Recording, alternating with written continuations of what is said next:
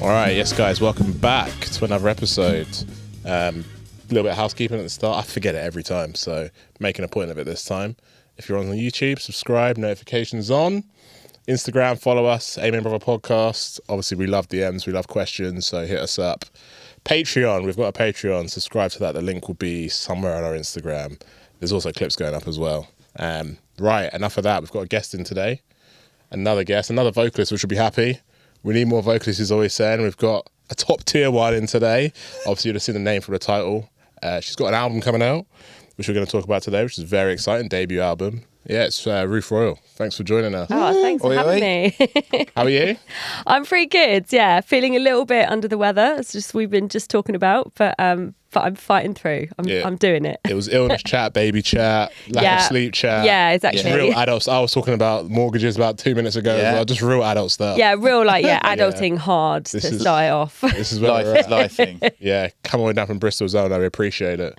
Oh no, it's my pleasure. I feel like this is like a really nice hang as well. I haven't seen all of you guys for ages. So it's like podcast. Oh yeah, we're doing a podcast. I thought we were going to hang out. This is to be honest, this is kind of the vibe of the podcast. Like typically people that come on we tend to know or at least have a history with, so it's always very relaxed. Yeah. I think the last time I might have seen you would have been New Zealand. Yeah, it was. Was it actually? Yeah. Yeah, it was crazy. Mean, was it a vineyard or like a little wine? That place was legit, wasn't it? Yeah, and I was pregnant. You were and pregnant? So I couldn't drink any of the really nice wine. So you're on tour as well? Yeah, I was on tour. Both on tour. On tour, pregnant in New Zealand is impressive. Yeah, Wow. yeah, I did New Zealand and Australia pregnant, and then I did another run in New Zealand, Australia when Harry was 5 months and we took him with us. Nice. Yeah, it was intense. We're not going this year. We're going to have a nice Christmas at home. Okay. Chill out, man. Chill out. That is so gangster. I mean, his air miles must be pretty high for honestly, that kid, he is so just not fazed by planes. That's he gets amazing. on a plane and he just goes to sleep and he's like, yeah, whatever, been there, done that. He's done a few flights around Europe, and he's done all of the flights when we were touring. At one point it was 4 flights a day because of the little internal flight. Yeah, that's mad. He's like, yeah, whatever, mate. Yeah, that's good though. He's like, I've seen things. It's good to get him acclimatised. Yeah, yeah. We've all been on those flights where we've not been able to sleep, and there's just been a kid screaming behind you for the whole flight. So that's amazing to hear. Yeah, that is actually true. Yeah. So that's very cool. So you've done New Zealand twice then, is that, or 3 times? 3 times now. Yeah. Is it your favourite place to tour? Yeah, I'd say so. Although I love being in the Netherlands, Belgium. I really enjoy shows there. I feel like that's kind of a bit of a home from home for me. Nice. That's where we launched my live show, and so it has a really special kind of place in my heart. But then New Zealand is just incredible. It's so welcoming, and I don't know, every time you go there, it's really mental to meet fans on the other side of the world that know the words to your songs. Yeah, it's crazy. It's so weird for people to sing your words back at you from that far away. It's just I can never get over it. I will never get used to that. It's amazing. We had a bit of a mad one in Bali actually. Me and Ollie and Tom, I should say, as well as obviously part of Galaxy, released a song 3 months ago now. And it hadn't come out at this point, and there was someone in the crowd rapping Ollie's bars back to him. Yeah. So the song hadn't come out.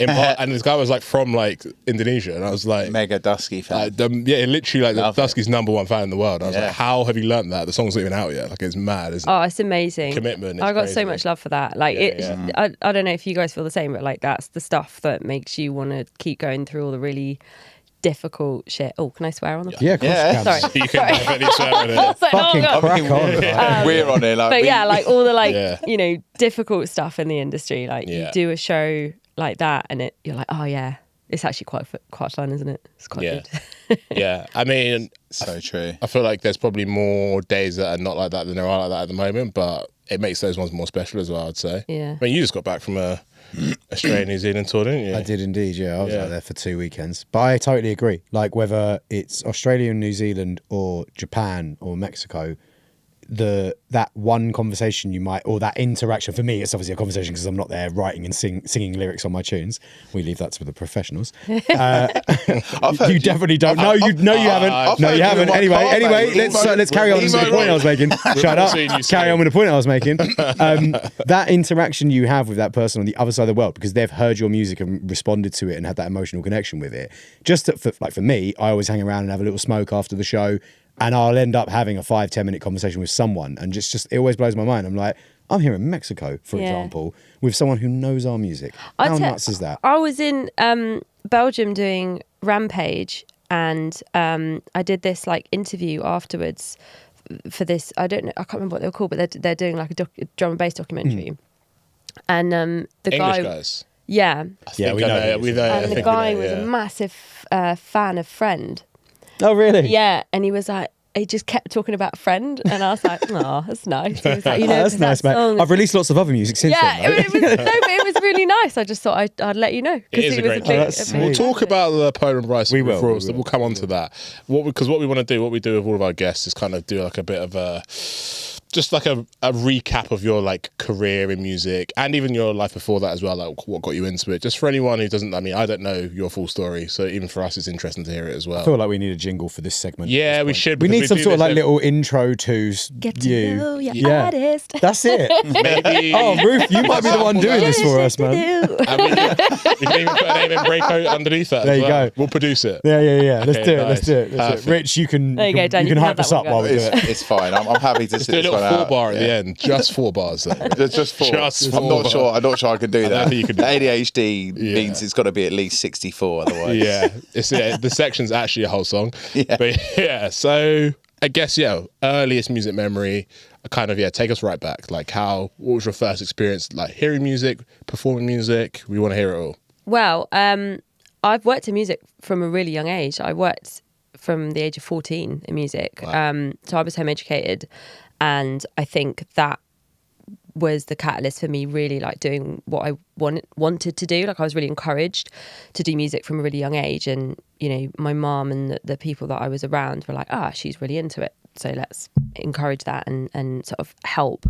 So it meant that I was like introduced to the concept of it not being a weird job, I guess, like it kind of being normalized that creative jobs can be a thing, and you should go and do it, and you should try, and you should be yourself. And so I met I was introduced to it as like a friend of my mum who was a producer, and he worked in a lot of like TV and film stuff, and he was more kind of like from the rock jazz world. And so I started working with him from when I was 14. I started doing like video game music, Nice. and like session singing from Like sync basically. yeah, but specifically video game music that he used to do. So I was the voice of the X Factor video game. Really? Yeah. Awesome. So I was like, wait, on which console? So Which year was this? oh god, I didn't know there was an X Factor video game. So either. I was 14. So what year was My that? God. So it was like 2004. Was that? 2004. I'm jumping right? on eBay when I get home. Yeah. I'm finding this game. And so I sang Radio Gaga.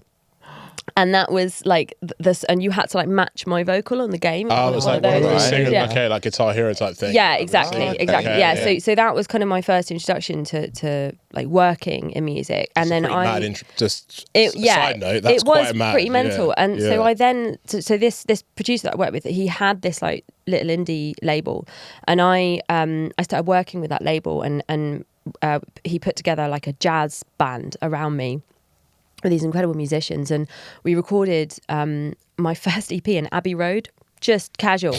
That's what you do. And in my mind, because I was at that point I was 18, 19, and I was like, yeah, this is normal. That's like you write an EP and then you do it in Abbey Road, right? And it was like the main, like Studio 2, the one that the Beatles did, like the main one.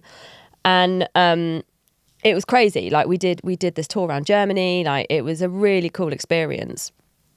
But I'd always, like, I loved jazz, and I was a jazz singer, and I kind of cut my teeth in that genre, really. I learned how to sing jazz, and kind of neo soul, and was, that's where I kind of got my vocal chops from. But but I was always a fan of dance music. Yeah. And so I was always like trying to cross over, and it didn't really work because I was like really in this And at jazz this point thing. as well, who were like your main like influences at this point? Well, I guess like at the time it was when like Amy Winehouse was big, and like, you know, Duffy and like all of that. So I think that was the way that the label and the kind of team that I had around me, they were pushing me in that direction, and I was a bit like, oh, I kind of feel like that's been done, and I don't know, it just didn't feel very authentic. And so I stopped working with a label, and I moved to London, and I just got really involved in like the session circuit there, and just like really learn how to sing, like really learn my craft, I guess, and was like working with a lot of other amazing musicians and like working in a lot of studios, like songwriting with people. And I just felt like that was a real learning period for me, if you like. And also just like being in rooms with like insane vocalists. Like we used to go down to the Troy Bar. Have you been there? Like, so there's this jam night that happens there, and you get all like the big session players. Whereabouts is that? So it's in East London. Okay. And you get all of like the big backing vocalists rock up there, and like remember one night like Emily Sandé rocked up, and everyone's like, oh yeah, this is just totally normal, and I was like, oh my god. and like just being in a room with singers like that, and I was on stage, and Vula from Basement Jaxx got up and just started singing, you know, and I was like, oh my god, what's going on? And she was just so incredibly good, and I was like, I want to be like that, you know, I want to like, I really aspired to be able to sing and use my voice in that way. And then I moved back to Bristol and started writing, and that's when I was really trying to cross over into dance music. And that's when I got on the Fred V and Graphics tour.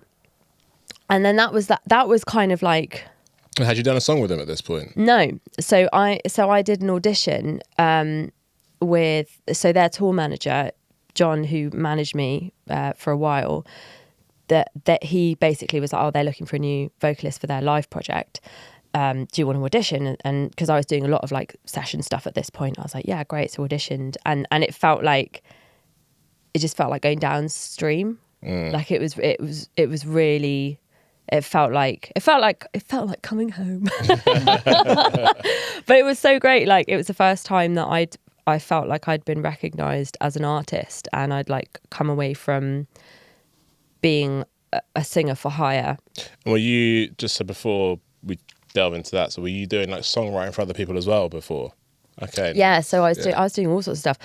I was doing more songwriting for like TV, video game, and like adverts and stuff like that, and I still do that. Like that's something that I've done all through my career. Yeah.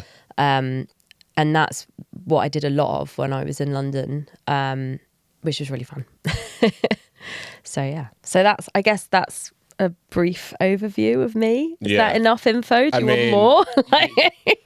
Crazy. Yeah, you fit a lot in there to a pretty like succinct summary. That's crazy. Yeah.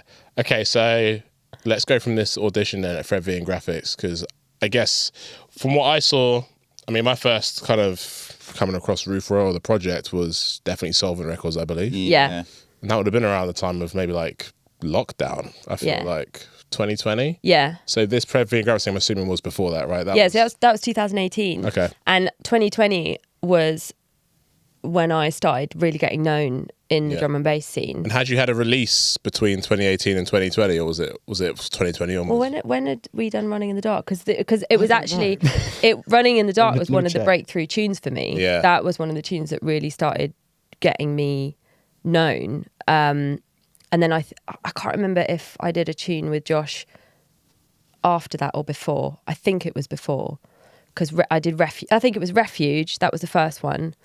And then Running in the Dark, and then Paper Birds. And those were the three tunes that kind of introduced me, if you like. Yeah. And it was really amazing because it was the first time that I'd had like fans get in touch with me directly to tell me that they really loved a song and what this lyric meant and what that lyric meant to them. And like I'd never really experienced a fan base like it, and I think that's what's so precious about the drum and bass scene that you don't really find anywhere else. And like having worked in different parts of the music industry. Like I think it can be really competitive in a lot of like areas, especially like the kind of the pop scene or the more like neo soul area, a bit more. I don't want to throw shade, but it can be a little bit competitive. Whereas like I feel like drum and bass is such a collaborative scene, and that feeds into the fan base as well. Like I feel like that's felt by everybody. So it's good vibes. Yeah, much more of a community vibe. Yeah, it always has been like that, really, hasn't it? Don't get me wrong. I think it's probably a bit more split than it's maybe ever been currently. I think just because there's less to go around at the moment, like, in terms of like shows and bookings and what have you. Like, generally there's less money in the economy, so and like so many different styles. It's like so. I guess it's way more diverse, isn't it? But even still, I think what you said like still stands true, especially with your like core fan base and like people who are doing similar like things to you within the music. Like I was having a look at your discography, and like a lot of stuff came out in 2020, and well, according to Spotify, nothing came out before 2020. Lies. Yeah, Running in the Dark was 2019. Okay, why was that not on? That's it. Yeah. Maybe that would have been on the featuring list. Yeah, so I guess what I was going to ask was, it must have been quite interesting having quite a string of releases at a time where you probably couldn't perform them, because I guess 2021 was when we started coming back to raves, wasn't it? So you probably had like a good year where all these songs came out and then you couldn't actually be out and about. Yeah, but I wasn't really gigging as a solo artist. Like I learned how to DJ in lockdown. Yeah. Sort of. Pete got in touch and said, "Oh, we've got a slot on the Shogun sessions," and he got in touch with Jon, my old manager, and was like, "Is Ruth DJing now?" And I'd literally only just started like figuring out how decks worked. Yeah. He was like, "Yeah, she perfect. is. Yeah." Is that because we've got a slot opening up with Technomatic? Yeah, that's fine, isn't it? And it was just like, oh my God. Okay. Yeah. I was genuinely nearly sick. Like I couldn't get out the car. Yeah. Like we rocked up to the offices. I was like, I can't get out. No, because I hadn't even like played on the big decks. Like the CD I'd done like just the my little controller at home. Yeah. And I was like literally shut away in my room for hours, like practicing this set. And they were so nice in the offices, like, because I got in, they could see like how nervous I was. Yeah, that's it. It was Technomatic and it was Marky. Like, was this when they were recording it? Like, do you know what I mean? Like, come on. Was this when they were recording it in the Brighton offices? Yeah. I was going to say, did they have the CDJ 3000s by that point as well? So you probably got thrown in the deep it was. Yeah, it would have been. Because we rocked up and we were even just like, how much do you use these? Because they were still brand new. We'd never used them. Yeah. It was like, Christ, mate, I don't know how you coped. Well, I think it was like, it was really nice because everybody in the office was like cheerleading me, and they were just like, come on, you could do this. And I didn't go in going, oh, I'm really nervous. I think I was like, all right, yeah, how's it yeah. Kids? And just gonna go up. Yeah. Just gonna go outside for a second. Yeah. Yeah, but like I think everyone just picked up. I don't think anyone knew that was the first time I'd ever DJ'd live anywhere. And I think I made like one or two mistakes right at the end, and I couldn't watch it back live. I was like, I can't look at it. I'm going to get so much hate in the comments. And like, I still get comments on that YouTube that are so nice. Yeah. Like the Shogun crew are so lovely. Like everyone was like, oh yeah, like wicked vocals and like love these tunes. And, so that was really nice and just like really boosted my confidence. But yeah, I wasn't really, I wasn't playing out at that point anyway, and that's the whole reason I learned to DJ, was so I could do full length sets, because I was being brought out for like one or two tunes with like artists that I collaborated with, which is really nice, but I was like, I want to do my own show. 100%. So I did. It's such a nice transition, that, because obviously as I've done a similar thing recently, but obviously I DJed as long as I could MC, so I had the skill set there. But it's funny when you come back around and you've like sort of patterned the vocal thing, and like obviously hearing your background, the confidence when you step up on stage with the vocals is probably like it's there, isn't it? It's like you're you know what you're doing, you're comfortable, it's like your space. Yeah. And then all of a sudden you decide to do this other thing, and then what I loved was all of a sudden I was nervous again. After playing out for like 20 years and then like basically no nerves on any set, it's like gone. You know, we used to talk about it sometimes, didn't we? I still get nervous for shows though, man. It's just Really? crazy. Yeah, it's a weird one. If I've got a mic, I don't. Yeah. But when I'm DJing, I'm very, very nervous if I'm playing out. But I love how those nerves kind of bring that zone back out of you. You know, like when you like zone in on stuff, and it sounds like that was like the experience, like for Shogun, and probably, you know, a few beyond that, I guess. Yeah, I mean, I found the changeover the most terrifying thing ever. Like coming onto the stage with like 3 or 4 other DJs sometimes behind the decks, or like just people. There's just people. There's always people behind decks. Always, and like coming from the live scene and not a DJ scene, like you don't touch the band, like you don't get near the band, like that is like a sacred space. Whereas when you're a DJ, people look over your shoulder, they come and they pat you on the back and they're like, oh yeah, wicked tune. People and I'm like, what's going on? Mid-mix, And they're like, oh hey. And like that was one of the solvent nights actually, that happened for Pickle the first Factory? time, and there were just so many people behind the decks and like talking to me, and I was like, this is so weird, overwhelming. but now I really like it because it's so. Do you ever get that thing as well? Because I still get this. Is how I know I still get nervous. That way you can't put the USB in the right way around. Like if you do it like 3 times, you're like, hang on a sec. Yeah. One of these has to work, and you switch it around 3 times. Like, oh, okay, there we go. Yeah. I feel like I'm a bit braver now because I've like faked it. Like I pretend that I'm really confident. Yeah. And I'm like, I'm just gonna go on. And I remember watching Ria go on stage and just like put her USBs in, own the space. Just smash it. I'm gonna be like that. Yeah. And so I would just basically pretend to be Ria when I went on stage and just be like, I've got to hold this space, and you know, I'm a DJ. And so now I feel all right. Nice. There is to fake it. There is nowhere to hide though, and the thing is, you're doing it all. So I think people underestimate how difficult it actually is to be the vocalist and it's so the DJ impressive, at the same time. No matter Like, I've seen Andy Dex do it as well. He's like, every time I see Andy do it, I'm just like, that's crazy that you can do that. Yeah, it is mad. It's mad. It's a like. Yeah, I mean, I like practiced it over and over, and like I've got to a point where I like bars and mix at the same time and stuff. And it's like, I remember the first time I did it, I came out of like a practice and was like literally like shaking. I'd like reached some level of like zone that I just never actually even knew existed, because there's so much to think about. I think people underestimate how difficult that actually is, because in honesty, for me, the DJing part is actually the easiest bit. Like really. The two together make it very, very difficult. Yeah. But if you're just going to walk up and like play tunes and stuff, anyone can do that. It's but selection wise, no. But really, to be fair, really, I've always said it's not. I've always said like, I think there's more MCs and singers that could do what we do versus obviously the other way around. 100, man. Like you can teach. It's no secret. That shade coming from it's actually it's true. But how many like producers slash DJs are like little like nerds that just sit in a like room on their own all the time? Like they got no confidence on a microphone or a stage. It's true. I'm one of them. It's true. It's like, okay, how quickly do you think it. you could teach someone to mix, and then how quickly do you think you could teach someone to sing or rap? You're talking like the difference is, the gap is wide. Years versus a week. But I do feel like crazy. DJing these days is like a way to present the work that you do in studios. 100%. Like it's more about the like technicality of production, I think, these days. And like bootlegs and like that kind of culture and that part of the scene, that's kind of, it's more, it feels like it's more about that than like mixing on 1,000 decks. Yeah, if you bring the producer, you know, then that's another level the other way as well, because I think to Patton being a producer, you know, you could probably teach someone to rap quicker than you could teach someone to be, you know, Polar and Rice and Galaxy, Workforce, Halogenics. Like that's like years and years of like honing your craft. Yeah, absolutely. You redeemed yourself then, don't you? Yeah. Well done. Oh, you're supposed to be on my side now. I'm champion the vocalist corner. Come on.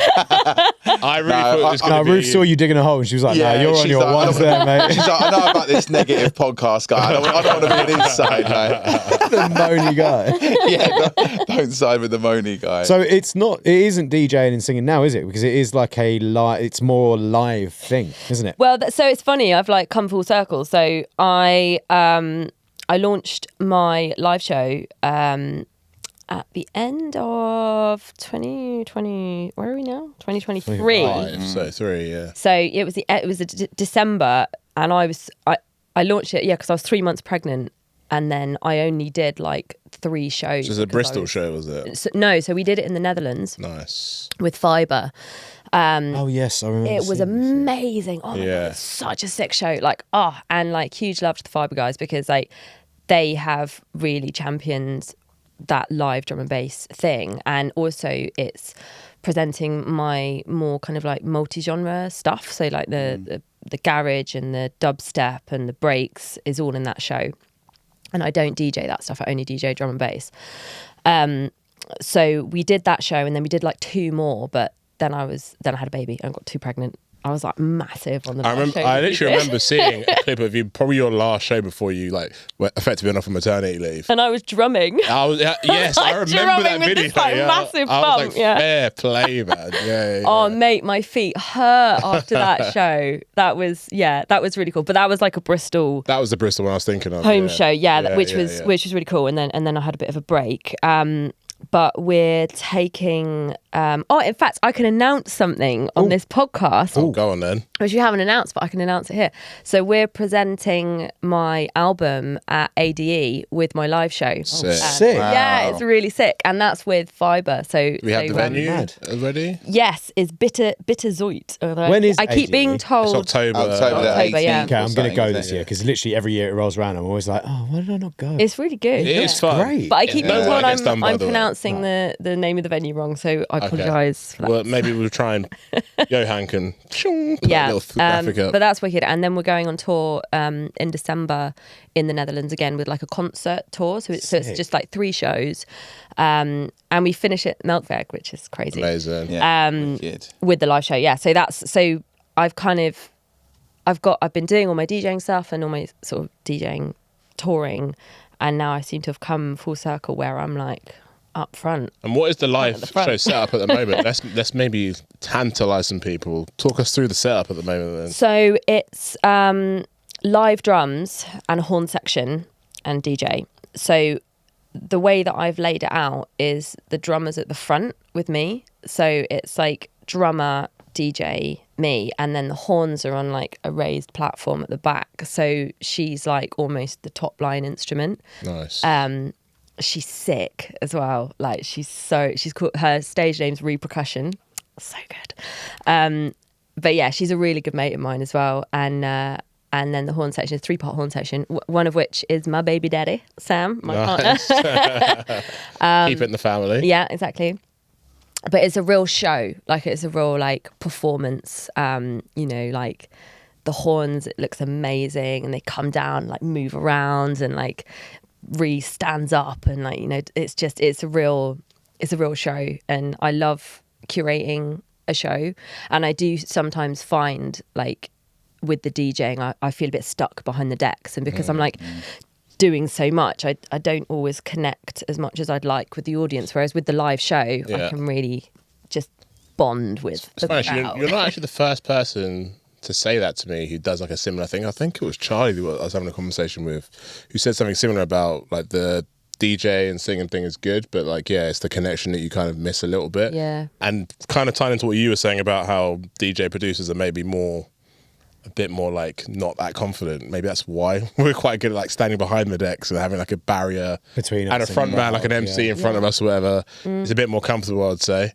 So yeah, that makes a lot of sense. Yeah. I definitely much prefer being out front, as much as it's nice to be doing the whole thing because there's like many benefits to doing that.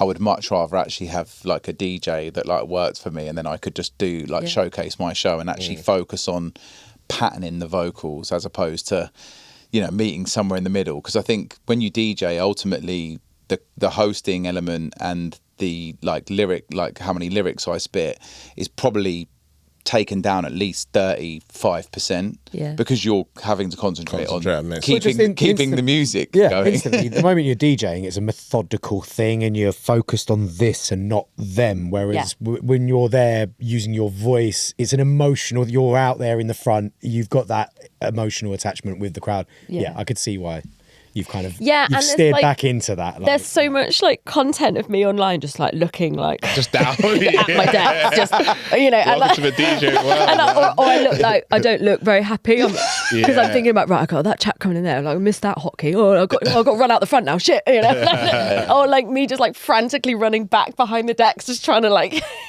hit the cue. But yeah, I much prefer being a front person and a vocalist, and like I'm still building the shows myself, like, you know, I'm curating the whole show, I'm like building the tracks and how they're all melding together, and all of that stuff is all still me.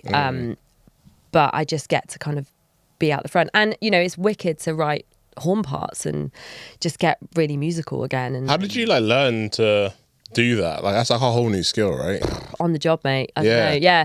I mean, Sick. because I've started doing production, so I've I was started going to like ask about that. Yeah. yeah. So for the past kind of 5 years, I've been going down the production route, and the album that's coming out has got my production on. Like I've had a couple of singles now released that have got my production, and I still work with producers, so I still like co-produce to get things to like a real great quality. But I do you know, I write and arrange my songs myself, so I do that with the live show as well. What software did you go for?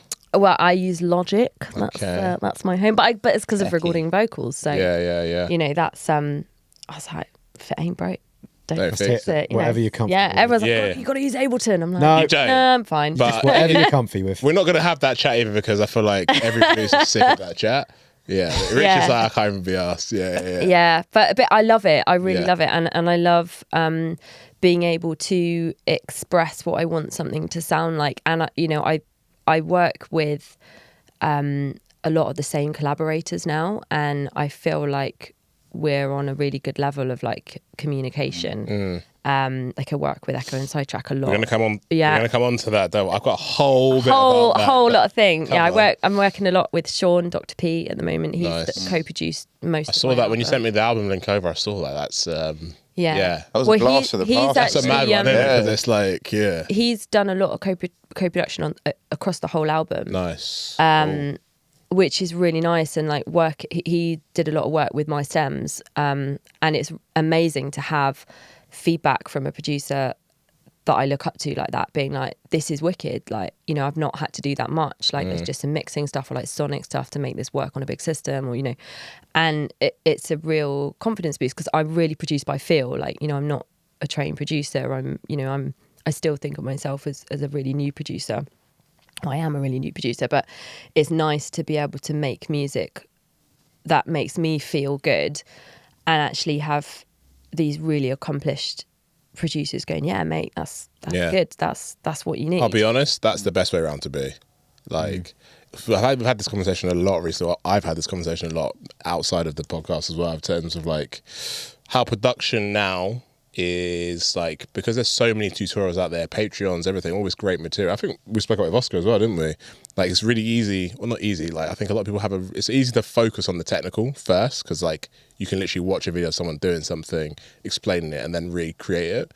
But actually, what you just said about making music by feel, that's the bit that gets lost a little bit, I think, when you focus so heavily on the technical side. Yeah. And over time, the technical side will come to you, because it's just naturally, Just the comes more naturally, you do something, Yeah. the better you get at it. So it's nice to hear that you've kind of taken that approach, because I think that's the best And way I to do feel like, because when I'm making something that isn't drum and bass, I'm way more comfortable. Yeah. Like, I think because I work in drum less and judgy. bass- well, but it's also because I'm surrounded by incredible drum and bass producers. Yeah, the technical bar for drum and bass It's so high. Is so high. Yeah. Whereas They- if I'm making something that's like breaks, or like I'm really into sort of like chill trancey stuff at the moment, I'm just like, oh yeah, I'll just make some stuff that Just a feels little good. I viber, don't innit? care, you know, Yeah, and then yeah. it comes out great. Whereas if it's drum and bass, I always end up getting in my head. Like I'm always like, I'll make the basics of a tune and then I'll take it straight away to a collaborator and be like, you know, I won't even get that far into the production before I take it to somebody to collaborate with yeah. to finish it. So I feel like, I guess that's just because that's the world that I'm in. But yeah. Fair. Yeah, I mean, it almost becomes a bit of a blocker sometimes, like and that's kind of why I was talking about this whole like feel and vibe thing. It's a bit hippie, but like I mean, Caliber's the perfect example, right? We always talk about Caliber. Like, his music still now isn't the most technically best produced, but it's like some of the best sounding. That's it. And there's that, like the individual sounds, it's quite sparse. Yeah. But the individual sounds is so good. It's so good. So Yeah. well Exactly. meticulously picked up. Yeah. Yeah. So yeah, don't get too in your head about the technical stuff, man. It's natural that we all do it. Let's talk about the album then. Yeah. One of the main reasons we're here. Yeah. So debut album Yeah. entitled Queen. Yeah. Ruth Royall, Queen. No, we got Get it. it? You get it? I got it. I don't know. Hopefully Some these people don't get it. They're these just guys like, got it. That was a hell of Coming in with uncomfortable full nod swag. there. Which, like, well, I was like, is that just really basic? But then I was like, oh, there's so much you could lean into with the crowns and with all of the fun. So yeah. Well, give us the Queen, the interpretation that means the most to you. What is that for the title? Well, it's like the artwork's taken on a whole meaning, which has actually been really nice. Where we've had these amazing crowns made. I saw one was like They're made all out of denim or something, yes, isn't it? Yeah. There's more crowns to come. Okay, nice. And the kind of thought behind it was like, you can be a queen wherever you are. So it's like there's the really regal one, there's like the denim or urban one, there's going to be a real like femme one coming, and it's like it's quite a nice little nod to all of the Keep It Real stuff that I've done in the past. And love that. you know, the kind of Can we be queens too? absolutely Sick. be queens, yeah. Excellent. Yeah, it's no, I think it's nice. It's kind of like, you know, I'm doing it on my own label. I'm kind of stepping outside of the box a little bit. You know, it's not all drum and bass. There's actually only 2 drum and bass tunes on the album. Yeah. Like, it's all just stuff I want to make, like just stuff that made me feel good. And I've been writing it for ages. And I was pitching it round to labels, and obviously, like, you know, my connections are drum and bass labels, and they were like, yeah, we'll have the drum and bass one. Or selecting just, and I did like. So was this project was always It was a written whole, as a whole? yeah, and I okay. actually let 2 of the tracks go, which were drum and bass tunes, and they've done really well, which is great. But I felt really sad because I was like, that they're supposed to be part of this thing, which is why there should have been 4 drum and bass tunes on there. But that's all good. So I was like, you know what, I need to do this myself. And it was Amy Jane, who I know you've had on this podcast. We love Amy. Who is a legend. We love Amy. Amy, big up. She was one that I was chatting to her. I did a show with Technomatic, and we were chatting out the back, and I was like, I've got this album, I don't know what I'm going to do with it. Maybe I'm just going to give the songs away. I can't really find a home for it. I don't know what to do with it. She was like, what? She was like, come and do it with me. Let's like set up your own label. And she just started working with Label Works, and it was proper just synergy of the right timings, and it was beautiful actually. And I love working with Amy, and she was so passionate about the music. Like, I sent it to her, and she just totally got it. Like, She's a head though, isn't it, Amy? Yeah. She's a proper head, man. Good taste. Yeah. yeah, she totally got what I was trying to do, and you know, wasn't afraid of the fact that it was garage. I don't know why this like frightened people so much, because I don't feel like garage and breaks and dubstep is that far away really from drum not. and bass. They're all cousins, man. It's all bass music, Yeah, you know. yeah. And but you know, it's essentially it's a songwriter's album though. It's like they're all songs. Yeah. Because that's what I do. That's who I am as an artist. So it's really exciting that it's all starting to come out now. The second single comes out this week. This week. This of week. recording, but yeah, we'll try Whenever and this comes out. Yeah, 2 months it's out. ago. Yeah, it's probably already out. Sorry to break that to you. It's already out. It's already out. Yeah. But that's the first one that I'm releasing that isn't drum and bass. It's the garage one that's come out, and it's already getting a really nice response. And I've had like a few like text messages from people, like friends that I work with. Like, I had a text from Joe from Sigma, who'd produced the first single, and he was like, oh, I'm loving the feel of this second single. Like, it's like, I love. And this is one that you produced. Yeah, so this is I produced this one with a guy called Belfort. I don't know if you know Belfort. Don't know. He's much more in like the house garage world. Works a lot with like Sagala and Arco. Like, so he's wicked. And then Sean has also done a little bit of co-production on this one.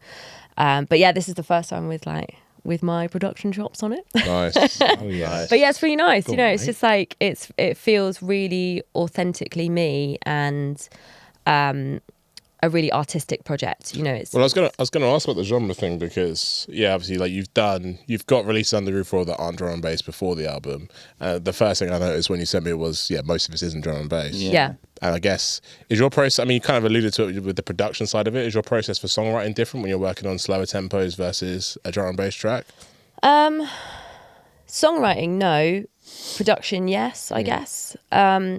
So I guess a lot of these songs had started from me. So I was just making whatever I felt like. And I didn't actually start off writing this intending it to be an album. It happened gradually. Yeah. And all these songs kind of came together.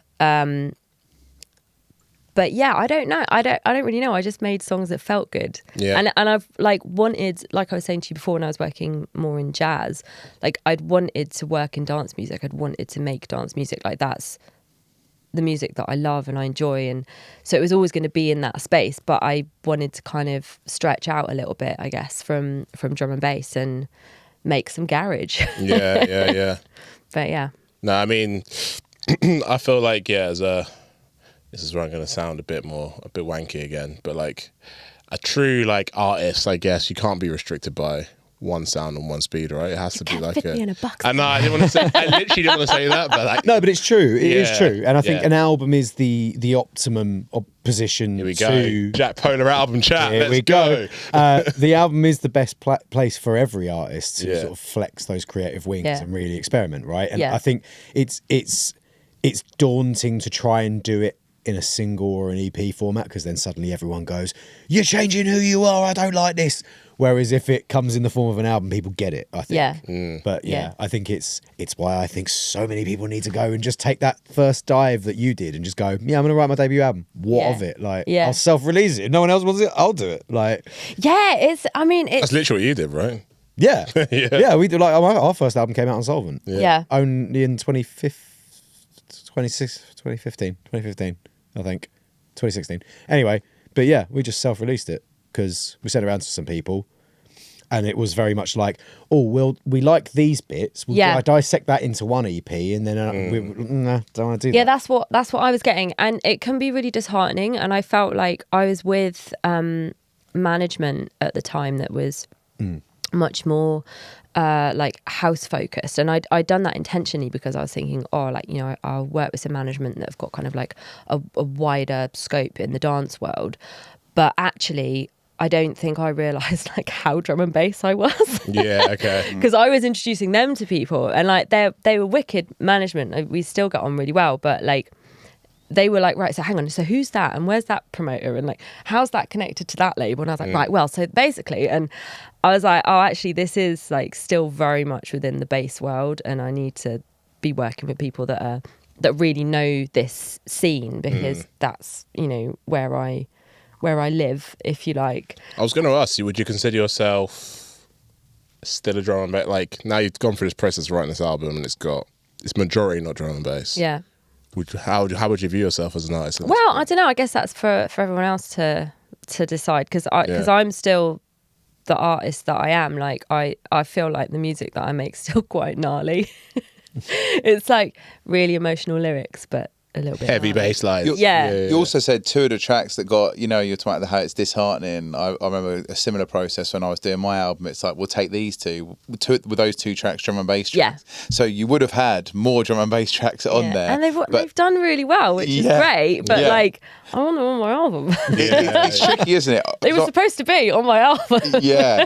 It's such a weird thing to navigate because I pitched mine, my initial folder. It wasn't a finished folder like you said yours was, but it was a good few decent tracks and I was really happy with the music and I sent it to a few and the feedback was we'll just take these two. Yeah. And I was like, you're not taking them off my album. And then luckily, people like Solvent are around who actually were like, nah man, we'll back you in what you want to do. And I actually wanted to sort of chime back into the fact that you went at self-release. I mean, that took a lot of courage, man, and I've really got a lot of respect for that because big time. if say Solvent hadn't have backed me, I don't know what I would have done at that point. I probably wouldn't have an album and would have maybe played it safe and just released a few EPs. It's such a. I was really close to giving up. I was really close to, and I think one of the things I was going to say when I was talking about the management that I was with, it was really disheartening because at the time I was pregnant as well, so I was going through a lot of is there going to be space for me in the industry anymore? Like, how do I even fit into this world? And then I've made all this music that is basically getting rejected, you know, and it's like, you know, I was getting feedback like, oh, have you heard like Chasing Status's new song? And I'm just like, mate, what? What? It was just so. What, as in people want you to make music that sounded like that? If you that's like, the make worst stuff kind of that's A&R, more like isn't it? Chasing Status. Yeah. I'm like, that's so far from the mark. Like, Yeah. I am so like such a different artist from them within drum and bass, and it was really frustrating. That sounds to like me. someone who doesn't know drum and bass giving you Yeah. feedback on that. Yeah, and it was like. And that was the kind of stuff that I felt like I was getting from like various A&Rs and various kind of labels and this, that, and the other. And I think it was at that point where it's like everyone was trying to get a drum and bass one, weren't they? Yeah. Like everyone was trying to sign a drum and bass artist because it was big. It was hot, yeah. And it's like, I bet still a lady one. Way, you know. And so it was kind of like, it was frustrating because I was there sort of going, well, I've made this thing that I'm really proud of, and it's like.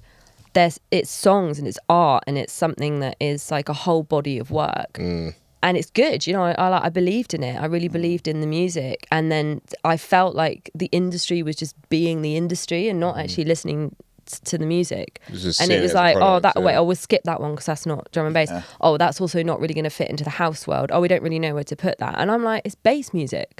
Like you play it to the fans, and like it's bass music. It's not like. Fans will find it. Yeah, and it's like it's not that deep. It's like it's not that difficult. Yeah, it's just like, come on, it just makes you bounce. It's like this. It's just, it makes you feel good, right? And so I think I was struggling a lot with like rejection in a point of my life where I was already feeling really vulnerable because I was like, I don't know how this is going to go once I have a baby. Like, I don't know how I fit as an artist, you know. Like, there was so much change happening for me in my life and in my kind of personal life and career. And like, we just launched this live show that we then couldn't really tour because I was too pregnant, and I had to turn down some of my biggest bookings that year. Turned down Tomorrowland, turned down Rampage Open Air because I couldn't fly because I was so pregnant. And like, I was like, have I fucked it? Like, is that it? Is that it? Yeah, for me? of course. You know, it was such a weird time looking back on it. And then to have that meet with Amy and to have somebody totally see the project for what it was and totally back it, and totally get behind it and be like, let's do this independently. And she's really guided me through that process of like how to do it, because I wouldn't have a clue. Like, I really wouldn't have a clue. Like, she's literally like, you've got to do this, follow this link, like sign this, and like da da da. And I'm just like, okay, yeah, great, cool. And it's wicked. And you know, it's definitely harder doing something independently. Like, I won't lie. Like, it's easier doing something with the backing of a bigger label, but you have complete control. Like, you have complete artistic control, and essentially it comes down to you at the end of the day whether you want to do something or not, and whether a track goes on the album or not. And you know, so that's been amazing. So yeah, It's Do you also so feel- go on. I was just going to say, it's so valuable. Yeah. Like, and just something that, you know, any upcoming artists is like should take note of that to a certain extent, because I think there's a lot of people that have been branching out recently, and like over the years in like D&B just generally, you see like those artists that all of a sudden they're like starting their own label, and I think it's just such an exciting thing to like witness these days, because I think it's tough as well. I think it's tough as well. Like, I was thinking about my own situation. Like, we've only ever released with a label, and so I imagine just how so I've thought about the whole process of starting a label, and the whole thing just seems so daunting. Yeah. Mate, the admin. This is it. It's the It's definitely a reason why loads of people ain't doing it. I haven't done it. I've got a logo for my label when I do get on it, but I've just never made the actual step. Yeah, it's the admin side. Yeah, which really it's like does crazy. scare me. So yeah, like nothing but respect for doing that, and thanks. with such a big project as the first project as well, it's impressive. Would you say now that's kind of you now? Do you think everything you'll do now, you've got a taste of this whole process of 100% control? Obviously, you'll probably work with other artists and other labels still, right? To do like features or whatever, but like, do you feel like for your project and your music, you always want to have that level of autonomy? I don't know what the future holds. I think it's really nice to have the space. Option, the option. And now I've done it, I know how it works. And so I think it's going to be less daunting the next time I do it. And also the process of finishing the album was quite messy because it is, and there were so many different collaborators on different bits, and like, you know, just getting everything all finished and to a point. And because I've done that, I'm like, I feel like I could do that again and it would be a lot smoother because it would all have a place to go. Whereas that album was written over such a long period of time with, you know, with so many different elements in it that it's felt really overwhelming and confusing to get it all done, and like all of the learning processes of like the admin and the contracts and the, like, you know, the back end of how a label works. And a lot of that Amy looks after, and label works look after, like with the label services, which, you know, highly recommend working with label services if anyone's thinking about going independent. For sure. You know, because they help with a lot of that stuff. But I feel like now I would probably, if I was to do anything like that again, it would just feel a lot easier and a lot kind of like smoother, I guess. But I love collaborating, so I'm likely to just keep doing that as well. I was going to say as well, like, it really, because we've all done albums at this point, right? And like, just from like a headspace and creative standpoint, the end of the album is chaotic enough without all of the admin stuff to worry about. So I guess, just from a kind of a peace of mind point of view, now that you've gone through it once, like, doing it again hopefully should be smoother. Can I just say though, I will, from experience, is that each thing that you did last time will be smoother because you know what to avoid problem work. But you're just gonna new stuff comes up. Other people find other problems, and you'll just make your life harder. This is literally what we just said. Yeah, new stuff comes up. Yeah. But I guess it's like you're also pushing the bar. That's it.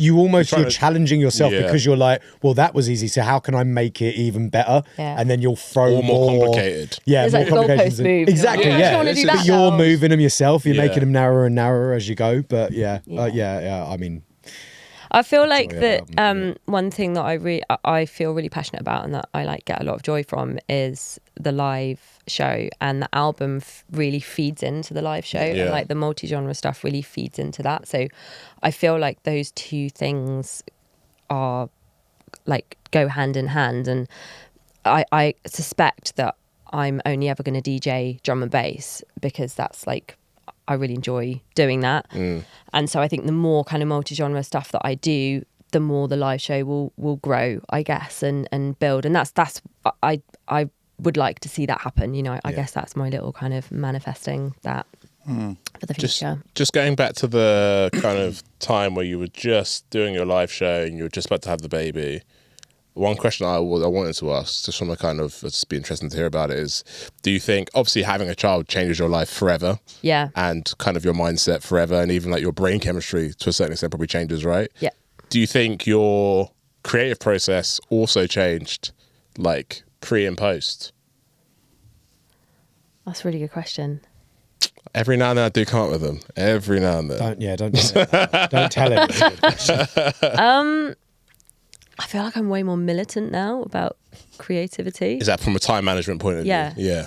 Like, it's that really boring answer? No, it makes complete sense. Workforce said a similar thing. Yeah, because it's a different perspective when you're full-time music and all of a sudden you're like, little human I have to support. Shit. Like, I rarely do shit for free now. And I used to do so much stuff for like, maybe this will work, or this is a good connection. Yeah.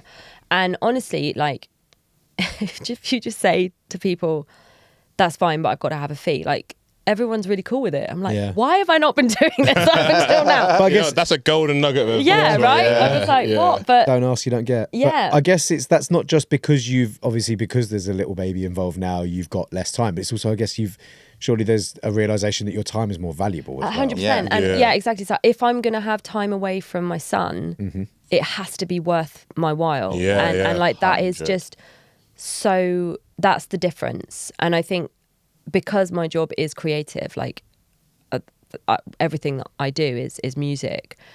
I do get quite militant. I'm like, you know, I've got this amount of time in the studio because I've got childcare. With my, you know, like my mum will come and look after Harry, and it's like, right, cool, I've got a day and I've got a list of stuff, and I've got either session work to do, or I've got like a top line to write, or, you know, and I'll tell people I've got this time and I'm going to send you this, and I'm quite a quick writer anyway, I think, because I come from a a session background where you write to brief and you've got a deadline, you've got to write, and so I'm quite comfortable with that. But I've definitely had some feedback, like more feedback recently, where people are like, okay, wow, that was quick. You don't mess about. I'm like, no, I got to put a little boy to bed. See you in a bit. If anything, it's like kind of focused your process down a little bit. It sounds like, which is probably a positive. To be fair. Think so. I do still find the business side of it quite messy. Like I have an assistant that works for me who like is across a lot of my admin work, because it's one of the things that takes me away from Harry a lot, because I think you're always available, aren't you, on your phone? And it's always like WhatsApp these days, so you get messages of a job coming in or a question or da da da da da, and I'm just like, ask Natalie, like, because I just don't want to be a mum who's just half there because I'm looking at my phone. So I think that part of my work I do struggle with, but the creative stuff is like a thing that you're doing, isn't it? It's like, so it's easier to go in, do the thing, finish the thing, and then go and have dinner. Have you found that your like social media game has like suffered? Because one thing I wanted to touch on with you is obviously we spoke about like lockdown, so I'm chiming back a little bit, but I just remember you being an absolute powerhouse on like Insta, TikTok, and like Really? I remember the content you were putting out, and I was like, you were so consistent. Nice. You were doing like face to cams like quite early on. I think really engaging with your audience actually, and I think it's a testament to how you've progressed. I feel like it was like you knew what you wanted to do with socials, and I think you did it really, really well. And I think during a time when people weren't going out and stuff, you were like really connecting with your audience actually. Oh, that's so nice to hear. I always doubt my social media. I'm like, oh really? Oh God. No, I don't know. I feel like you're always on it, but Thanks, mate. has that taken maybe a bit more of a back seat now? Because I think again, like people probably do actually understand how that can be a full-time job in itself. I know Jack knows as a full-time musician, he puts a lot of work into his socials, and their social game's great. And me and John are sitting here going, time for socials? It's like, that's the last thing on my to-do list, because everything else has to come like first. But it definitely, it's changed, because the way that I used to do social media was I would be quite open about my personal life, where I would just film everything. So if I'm like, I don't know, at home, I just get the camera out and be like, da da da, like chat to the phone. I don't do that now because I'm with my son. And like I do, he is on my social media. Like I don't hide him from my social media, but I don't want him on everything. Like it's like it's kind of, that's changed, where I won't just share every bit of my life. Whereas people before like knew loads about Sam, my partner, and would like ask if Sam was coming to a show. I'd be like, all right. It's like about me. I'm is also Sam here. going to be there? And I get DMs on my Instagram like, oh yes, is Sam going to be there? Yeah, I'll have a beer with him. That'd be great. That's so funny. That's so going to be there for the set as well. Yeah, never mind. But I would like share a lot about my personal life, and I was quite open about stuff, and which I still am. I think I still am open, but I'm open about myself. Yeah. But I don't want to be filming everything that we're doing as a family, because it's quite invasive. It's quite invasive. Stuff for you, right? Yeah, exactly. So that's changed, and I'm much more kind of like, I plan my social media a lot more, I guess. So it is a bit more curated. I always feel like I'm on the back foot with social media, to be honest. Like I feel like we all feel like that. Yeah, I think we all feel like 100%. Yeah.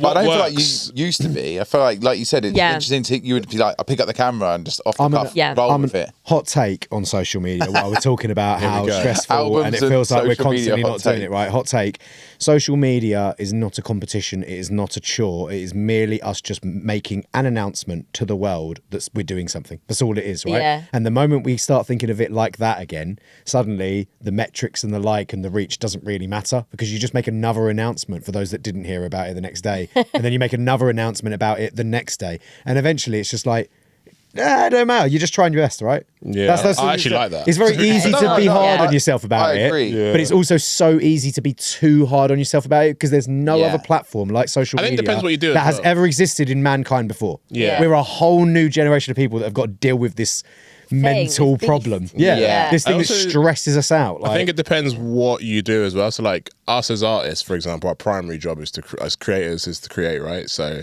yeah, we obviously want to point our social media towards the things we've created. Obviously, if your job is social media, so like you're an influencer or like, you know, there's like really cool like educational pages, like people that teach how to produce music or whatever it is, and like their whole thing is like the content they put on there, then yeah, it makes sense. But I like your take about how to view it, because you're right, really what we're doing is talking about the things that we've created away from the social media, so like on our computers, like live or we've written, whatever.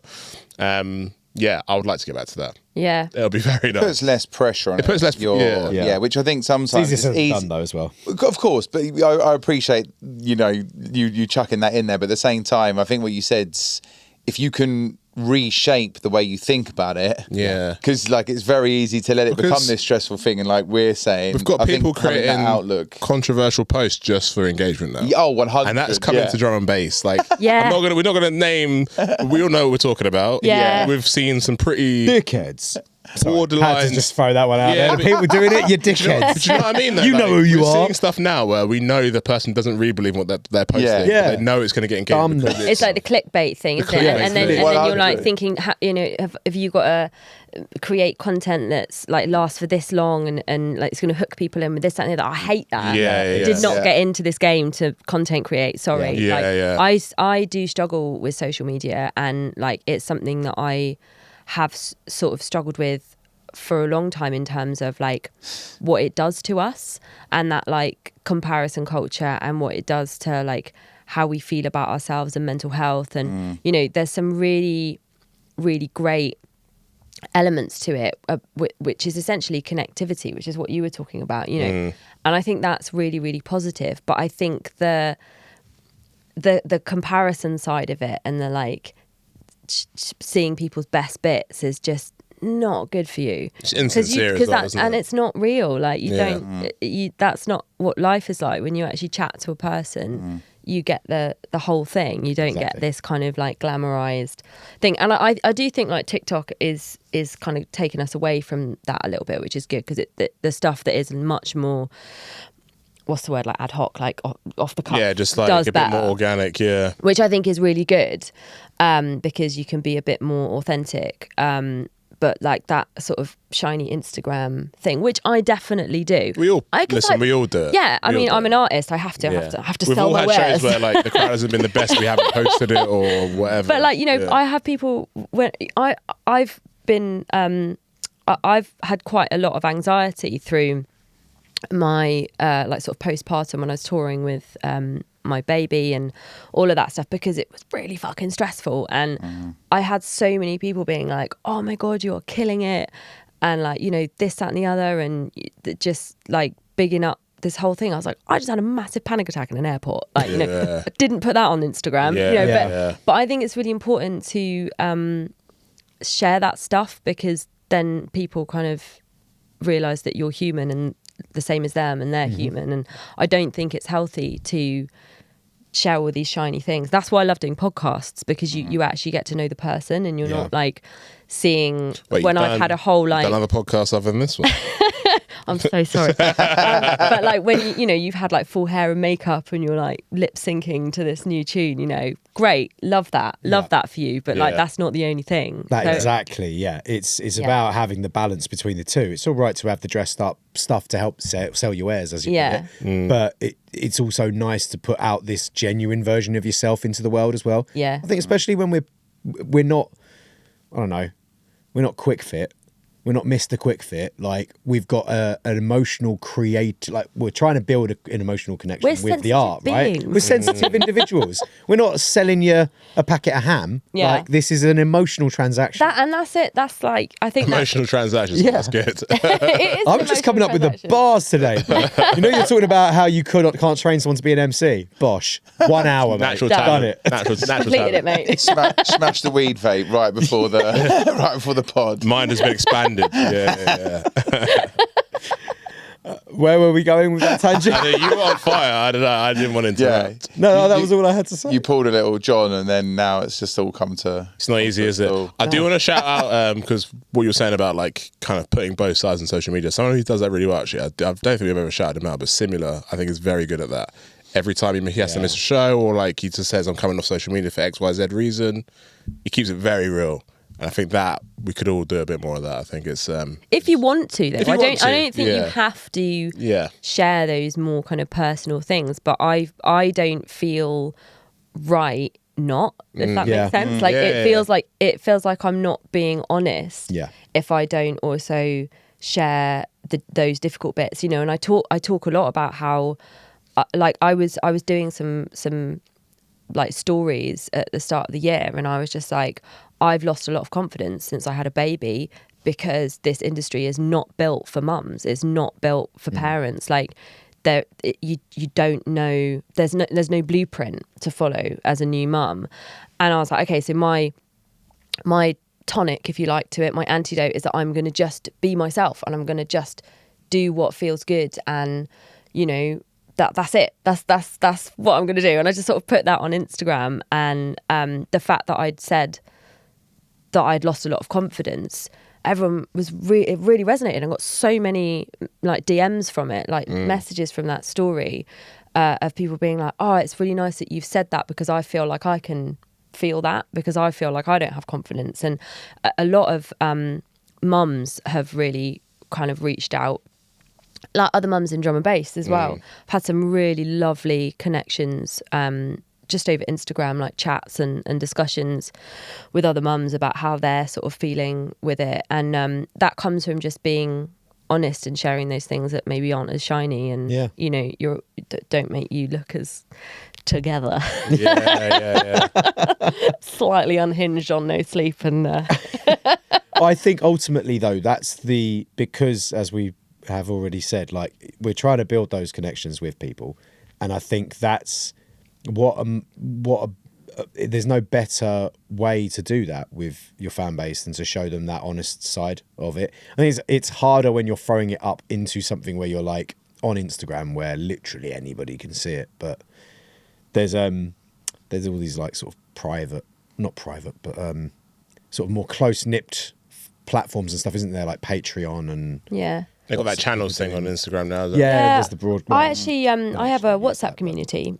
Nice. Which is great. Sick. Oh my god, it's so wicked. You should join the WhatsApp community. But it's really active, and I set it up for just like sharing music and sharing what events and stuff that I'm doing. And mate, people love a natter on there. Yeah. Like you can tell the people that like listening to my music, they're all like, oh yeah, listen to this tune. Oh, how are you today? Oh yeah, I'm feeling good. You know, it's like, and they're so positive. Like they're like rarely talk about me. They're all chatting about each other's music, which is wicked. And I've got a radio show that I do on Swoo, and there's like a little segment of the WhatsApp where they all like share music for the show, or like like chat about the show and stuff like that. So that's really nice. And then when I have a release, or like we're doing some little pop-ups and stuff around the album in Bristol, like we'll always give invites to them first, or like give guest lists to them first, or you know, all that sort of thing. But genuinely, like the best thing about it is just the community. Like, is it called the Royall Family? It's called Royall Family, yeah. Yes. Yeah. Come on. It is called Royall Family. Yeah. Had to be, didn't it? It did have to be, yeah. Love but it's that. wicked. And, you know, they've talked about they want to like set up a night, and they want to like do some meetups. And I'm like, yeah, mate, you do your thing. That's wicked. I will come. That sounds great. Play some jungle. You're I'm headlining. there. Yeah, you're headlining. I'm not playing. I'm just going to go for the vibe. No, it's wicked. It's wicked. And, you know, that's what I'm all about. Like, I love that side of it. And that goes back to what I was saying right at the beginning of like the drum and bass community is like, is so special, and we must protect it at all costs. Yeah, we've got the Patreon group for the podcast, and similar, we've got a Telegram, isn't it? Yeah, group. Similar thing, like, yeah, we're just kind of guests in the group. Like, I feel like that. It just goes on without us, basically. Yeah. No, it's good. I met a dude from the Telegram, you one did, of our didn't Patreon you? fans, on Saturday night. I came back from Let It Roll and went Saw that to on the chat. Sussence's album deluxe edition launch party thing, and then bumped into a dude, Chris, I think. Chris, I saw that. Wood. Yeah, I saw the He didn't message. tell me his whole name. I Anyway, just saw the it's Telegram Chris, thing. and I missed. You guys saw He's this got the in the same Telegram. name as I the missed this Nottingham message, Forest so- forward, which is why I remembered it very easily. I know you're not a football guy, but Chris Wood, isn't it? Yeah. Fucking football on this pissing podcast. Yeah, I'm sorry. But that's why I remembered his name. It always It comes is up. They'll wicked. always find I've met some of the guys in America. Like I've been on tour in America, and I've met Yeah. some of the Patreon people in America, which is sick. Yeah, so Oh, have you I met saw any that. of your I WhatsApp have. lot Oh my god! from outside the This UK? was a big moment for me, Jack. Go on. I was playing Tomorrowland, which was a very special show. How mad is that festival? By the It way? was insane, and it felt like a very emotional set. Yeah. like I was playing on This the. last year was it? No, this was Literally this. couple of weeks ago, yeah. Amazing. Yeah. And I was playing on the Rose Garden with the big dragon. Like the dragon Yeah. one. Oh, Yeah. snap. Okay. And like it just was one of those sets that everything went right, and like people had their hands in the air with their eyes closed, and it was like hug the people you love, that sort of vibes. Yeah. And then That's a completely rich vibe. That is. Yeah, it was beautiful. rich And vibe, then for I sure. looked down, and there's somebody with a Ruth Royall flag. And it says Bristol Crew 2025, and it's someone from my WhatsApp community. That's Oh, amazing. sick. Yeah, and he's from Bristol, and he was at Tomorrowland, and he'd like made a flag. And I was That's like, oh. amazing. He gave me the flag at the end. I'm going to stick it on my ceiling in my studio. One of the OG crew. But yeah, it was really magic. And I met another one at Rampage, Oh, sick. which is really nice. So, and he was like messaging like.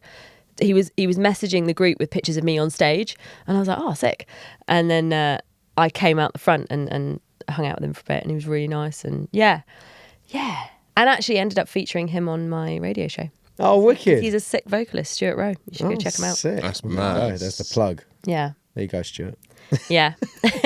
So we can also yeah, basically really like nice. cultivate our own personal like group of like vocalists and stuff as well if we do that. Okay, so that's good advice. yeah. Like, Yeah, it's just nice though, isn't it? It's nice yeah, to be nice. It's nice to help people out as well. And, Yeah, of and course. just it's nice to meet people, and you know, it's lush when you see them all supporting each other, and when they're either sharing like tunes that they've made or tunes that they like, or they're like, oh, we're going to be at this show this weekend. Is anyone else going? Oh yeah, I'll be there. Like da da da. You know, it's really nice. It's just like ways to cultivate friendships as well Yeah. for people, and Yeah. And that's how we Oh, made I friends love that. back in the day when we were kids as well. Like, I think it was the Zero T podcast where we made this point about like when we were all younger, like a lot of our social groups were formed around the type of music that you liked. yeah, totally. So it makes a lot of sense, right? That these communities build around one thing, which is the music. yeah. And yeah, I think in drum and bass, because it's so like, it's always been this like kind of, it's almost like the ugly duckling of the music world a little bit, because it's like faster than most of the genres, and it's like this whole like own style. So like globally, it's such a strong like tight knit community. Yeah, And yeah. wherever you are in the world when you're performing, like there's die-hard fans there. Yeah. And they're so I knowledgeable. was playing. Oh, I wasn't even really playing. I was at this tiny festival called How the Light Gets In, which is a poetry and literature festival, right? Nice. And so I was there with my friends on this gorgeous stage called the People's Front Room, which is like. Where's this festival, sorry? So this is in. I can't remember. Ask me again in a bit, and I'll remember. Somewhere. I followed a sat nav. I got there. It was beautiful, and so this stage is like literally like a living room. It's got like chaise longue and lamps and everything. And so I was doing this like acoustic thing because like we were there with them and having a lovely time. And there was like some proper drum and bass fans in the audience, and they were like, "Oh, play Help You Stay," which is one of my tunes with Technomatic. And I was like, "What?" I was like not expecting to see a drum and bass fan at this show. I was thinking, oh, I'll do a nice little acoustic songs. No one will have a clue who I am. It'll be great. I can just chat about the songs and whatever. And yeah, this guy was like, oh, I saw you here and I saw you here and like I've been to this show and I love this. And he was like talking to me about the Technomatic show that we'd done, and it was so nice. And I was like, there's always drum and bass fans everywhere. They're everywhere, man. They're everywhere. It's wicked. I remember you posting about that and seeing it and thinking this looks like super cool. It is so It cool. reminded me of I can't. Is it Boomtown? Boomtown's got a secret area. We did Boomtown with it one year. Really? Yeah, so we're doing Shambhala with it this year. Yeah. Yeah, they're our best mates. So we go to a lot of the festivals with them, and it's kind of like a huge collective of musicians. So I don't really do stuff in like a Ruth Royall capacity. Yeah.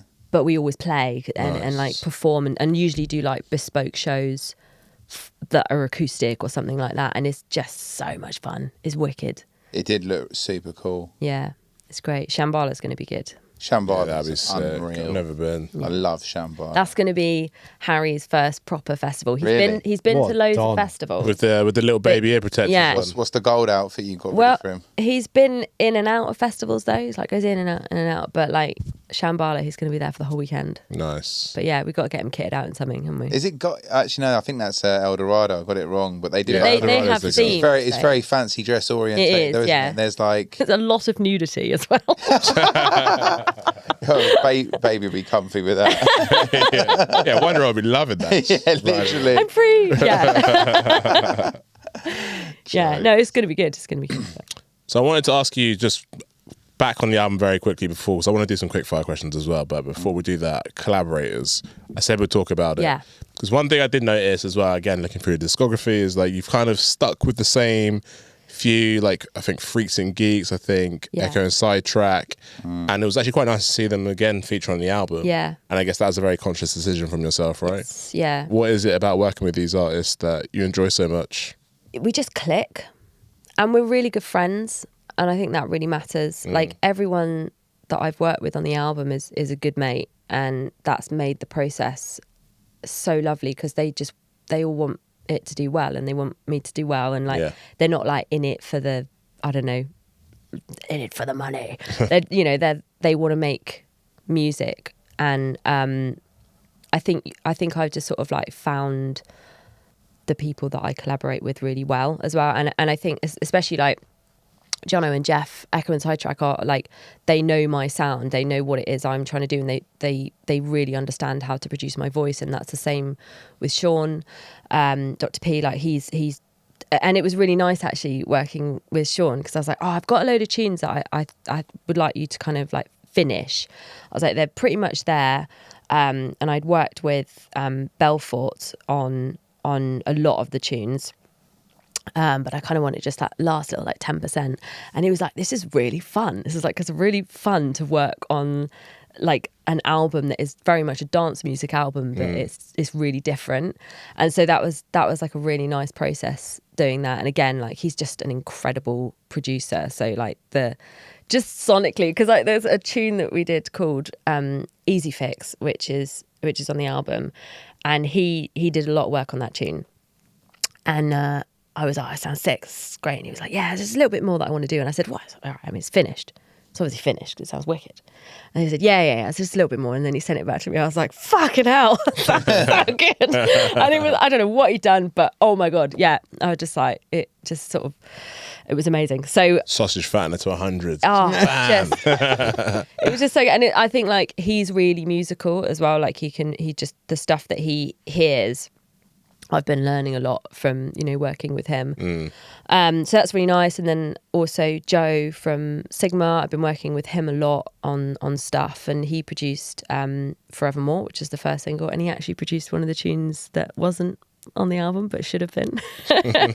And then Tom Lee as well from Lee Matthews, he's produced a couple of the tunes. And like, again, it's just when you find a producer that you click with, and he's really used to working with like producing for artists. Yeah. So you can sit in a studio with him, and like with him, it was very much, I didn't do any of the production. I just guided it. I was like sat in a room with him and I was like, I want it to sound like this, like here's the chords.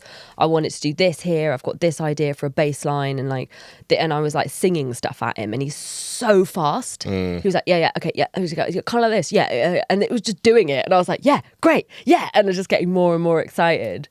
And yeah, it just, again, just flowed. So I think all the producers that I've worked with on the album are people that I have worked with in the past, and I know that I gel with really, really well. And so they will come back to this album. Are they all going to get crowns as well in the post? Yeah, they should do. Yeah, they should do, shouldn't they? Yeah. Well, we're doing a little pop-up in Bristol in August to celebrate one of the Bop, the second single, and it's at a nail bar, and we're going to be painting little crowns on everyone's nails. That's so amazing. if you're at that pop-up, then you can have a little crown nail. Hell yeah. Free mani-pedi, let's go. Well, that feels like a nice way to close out talking about the album. Want to do a couple of quick fires just because, just get to know a bit more about Ruth Royall. No, nothing I get crazy. nervous about No, it. it's nothing crazy. It's real. Like, honestly, they're so straightforward. These ones. Yeah, Okay. we probably could make them a bit more crazy, to be fair. But yeah, first one very straightforward. First vinyl / CD if you didn't own vinyl. First one / CD. Moby, I think. Okay. Yeah. I knew that'd get your interest Yeah. straight away. Which Moby though? The one of him jumping. Which one's Play, that? Isn't it? Is that Play? Yeah. I actually know. I don't know. That one. Jumping That in the Moby air. one. Jumpy one. The jumpy one, yeah. Jumpy one. All right, maybe jumpy one. Influences we touched on. You said Amy Winehouse at the time as well. Okay, so what's your influences now then? Yeah. How's that changed? Yeah, I wouldn't say that she's my influence now. Oh my God, who are my influences now? That's a really, I don't know why I don't just know that. I feel like I should just a lot of know it's that subconscious though, straight isn't off. it? Yeah. Like, a lot of it is subconscious. Because I feel like it's different. I feel like I've got influences for production and then influences. Go on, give us one of each. Go on, give us one of each. Okay, so Vula is an amazing vocalist. That's somebody that That's the I Basement Jaxx definitely, vocalist, right? Yeah. look up to her. She's incredible, and also Big Pig. Do you know Big I love Pig? Big Pig. Production and vocals. Raps in Spanish as Yeah, well. yeah. So sick. Big Pig is a good one. I think it's her brother Mac Weather. I think produces for her as Is well. it? I've Yeah. seen her a couple of times. She's sick, man. But yeah, production as well. Yeah. Also loving Jungle Okay. as well. Yeah, yeah. Like really love that sort of sound. That's the band. Jungle. Yeah, the band Yeah, Jungle. yeah, just the genre for the is- Jungle is my heads. influence. Yeah. There we go. Is that enough? That's good. that's fine. Big I Pig feel like is- I should just know those No, that's good. off like. And I also love the fact you said Big Pig because I think it's such an underrated artist. She's Yeah. so Yeah, sick, she's man. cold. Yeah. Also, as well, I think one of the influences that kept popping up for me on this album was Pink Pantheress. Actually, Yeah. like that real like lo-fi production, almost like just sounds like it's really off the cuff. I've been really enjoying that. So that's another one as well that pops up. Nice. This one is an interesting one. Unpopular music opinions / tastes. Unpopular music opinion, Yeah. as in like Guilty pleasure. guilty pleasure. Nah, Or I would even your say- hot take. I'll translate it as a hot take, Yeah. personally. If you don't want to do a hot take, we can Wait. do the guilty pleasure. I don't know how to answer it. As in like the industry. Yeah, or it could be about the industry, it could be about specific music, it could be about people. would Okay, be- so the fact that music makers are basically expected to be content creators now, or you can't join in. Oh, you can't. Yeah. And I think that sucks. Yeah. Like you basically can't have a career unless Yeah, you do it. you're not allowed in the party unless you've Pretty got a bad big party TikTok. as well, that, innit? If you just Yeah, set her up so on it's like TikTok, it yeah. sort Creator of feels party. like Content that's- creator party, dry. Yeah, the driest party. Yeah. Very dry.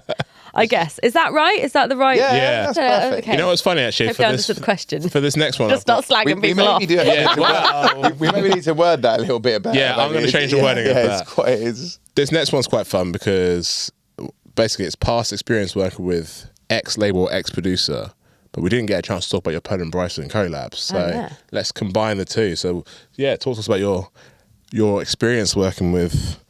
You Jack, made me a Well, star. Don't put me on the spot. 'Cause you might turn around and be like, "There's a question's reason for- I haven't come. I didn't Questions get for you on Ruth, the not album." for Like, you. So the question's for Ruth. Yeah. no, that's what I mean. Don't put Ruth on the spot like that. Well, it was obviously the best experience I've had to date. Obviously. So, So, yeah. oh, well Don't have to played. lie, Ruth. yeah. Do you know what? I've got a story about why I wanted to work with Pearl and Bryson. So the track Waves, yeah, I was listening to in my car and I had to stop the car because it made me feel so good and go back to the beginning. And I audibly went, oh, and like I was fucking obsessed with that tune. I like mental obsessed with that tune. And then I was at a party with Josh, when we were touring, and we were like, doing that thing at the afters where we were like, play this tune, play. Yeah, and I yeah. played this tune. I was like, this fucking tune. He was like, oh yeah, Jack and Harry, they're my mates. I was like, what? You know them? And he was like, yeah, I can link you up. And I was just like, oh my God. And then that's how it happened because he sent an email and I tried to play it so cool. I was like, hey guys, so I'm a vocalist. I quite like your stuff. Felt like we could, vibe. And I was like hardcore big fan. Oh, bless you. And then you worked with me, and it was really great. Well, it was our pleasure. It was our pleasure, mate. It was.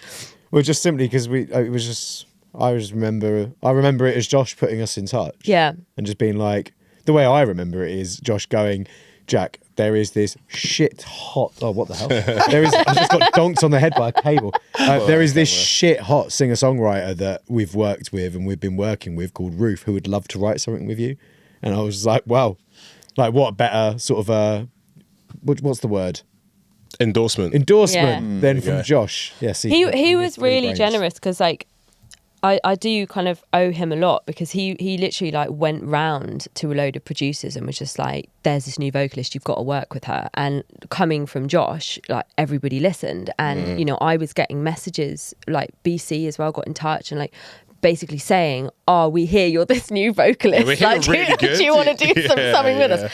And that was pressure. Josh, you know, and like he didn't have to do that at all. And he's always supported me, like right from day dot. Like he real really recognised has. real. It's a proper friend, that. Right. Yeah, he is. He's It's a really good so mate. nice when people do that in the industry, isn't it? And I think it does go back to what you're saying, though. Like, it's quite prevalent in D&B. We're less gatekeepery. Yeah, less definitely. gatekeepery. Like, 100%. And it's like, it's just, no one gets anywhere without someone giving them a little bit of help, you know. It's a bit cliche, but 100%. it's like, we all got better at what we do because of other people helping us. 100%. Yeah, I mean, he thinks he made my career, so, you know. That's what you used to say when we used to live together.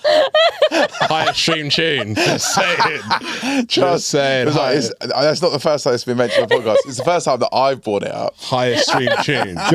John, by that logic, does that mean me and Harry made Emily Mackis's career? No. Oh. No. Waffle. See? Waffle. Yes, Jack. You're chatting out your bum there.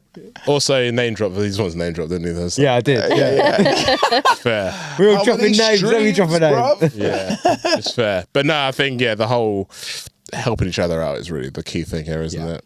Yeah. Talking about. Hold tight, Josh, there.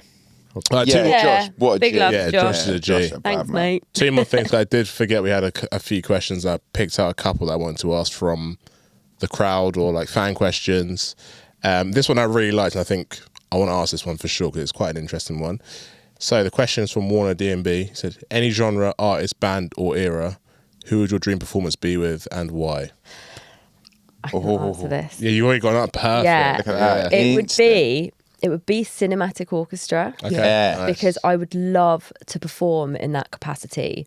Like I would love to perform that kind of emotive music with those sort of musicians. And I've every time I've seen them live, I'm like, get me on the stage. Get me on the stage. Like they're my absolute like goals. I would love to perform in something like that. And I would love to perform with like a big orchestra. Yeah, that's... I would absolutely love to perform in that capacity. Yeah. That's so interesting to hear that because I didn't think that was going to be something we had in common.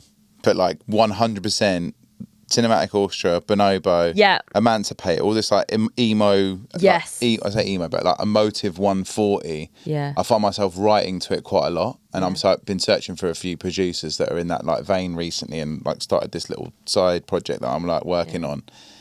And I don't know what it is about that BPM and that kind of music, but it just tends to bring out the best in me. Space. Yeah. You know, I'm like a waffle story guy, innit? So it's like, and the D&B, music's it's quite very difficult to kind of get my message in there. Yeah. And I feel like actually it's really nice to hear you say it because them Submotion Orchestra. So they, because I worked with Ruxpin through Solvent. I remember. Yeah. I was literally listening to that tune today. And Sick I tune, by the worked. way. Porcelain. I've been working with Dom loads since. So I did loads of writing He's a with him, sick and I producer wrote as well. for some stuff on his album that wasn't drum and bass. It was like that sort of vein, that you know, that kind of beautiful, emotive, cinematic sound.